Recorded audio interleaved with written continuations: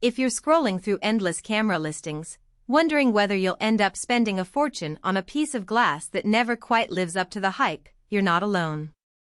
Most of us have been there, spending evenings watching YouTube unbox videos, reading forums, and still feeling that nagging doubt that maybe this isn't the right tool for the kind of photos or video you actually want to create.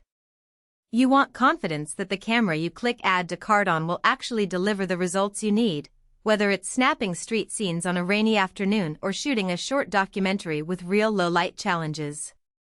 So before you get lost in the sea of specs, let's talk about the Nikon ZF and see if it makes sense for you.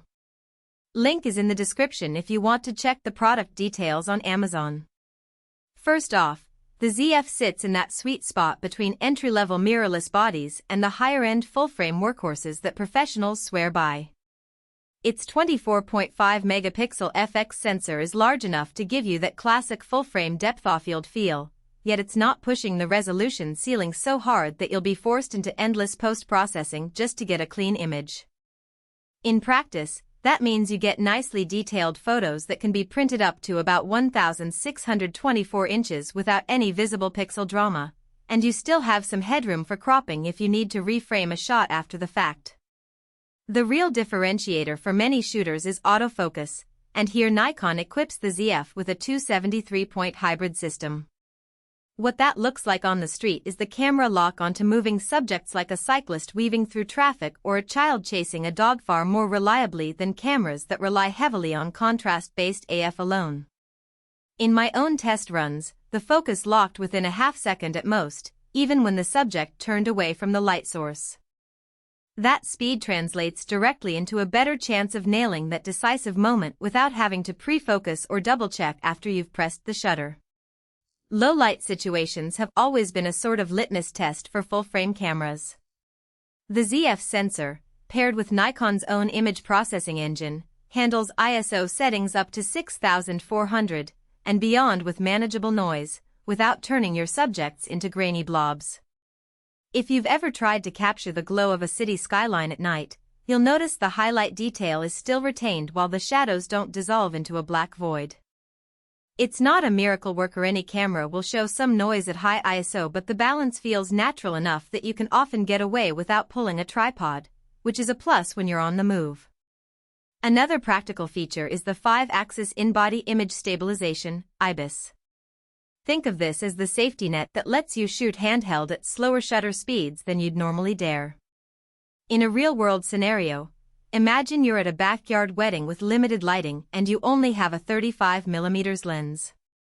With IBIS engaged, you can comfortably shoot at 1/30s and still keep the image sharp, relying on the camera's internal gyros to compensate for the shake of your hands.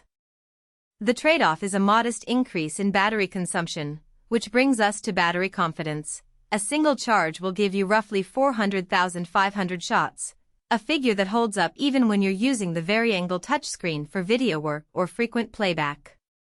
You'll probably want a spare just like any modern mirrorless, but you won't be caught flat out during a half-day shoot. Now, let's talk about ergonomics and the design language. Nikon went for a premium retro look in a brushed silver finish, which feels like a nod to their classic film days while staying modern enough to sit comfortably with a newer lens line. The grip is slightly deeper than the smaller entry-level models, giving you a firmer hold when you're using heavier lenses or a larger battery pack. The fully articulating touchscreen is a big win for vloggers or anyone who shoots at odd angles. Think of filming a cooking tutorial from above or recording yourself on a bike mount. The interface itself is clean, but you'll notice a little menu friction when you dive deep into custom settings. It takes a few minutes to find where the dedicated AF mode toggle lives, but once you've set your preferred layout, you'll rarely need to dig back in. Who should actually buy this camera? If you're a hobbyist who's already comfortable with interchangeable lenses and you want to upgrade from an APS-C sensor to full frame without breaking the bank, the ZF is a logical step. It also suits creators who need a hybrid tool for both stills and video. Its 4K/60p video capability delivers smooth footage, and the IBIS helps keep handheld shots stable.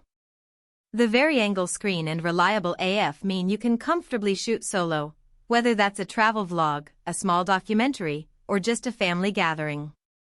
Those who already own Nikon's mount lenses will find the transition seamless, and the existing lens ecosystem gives you a range of options from ultra-wide to telephoto without needing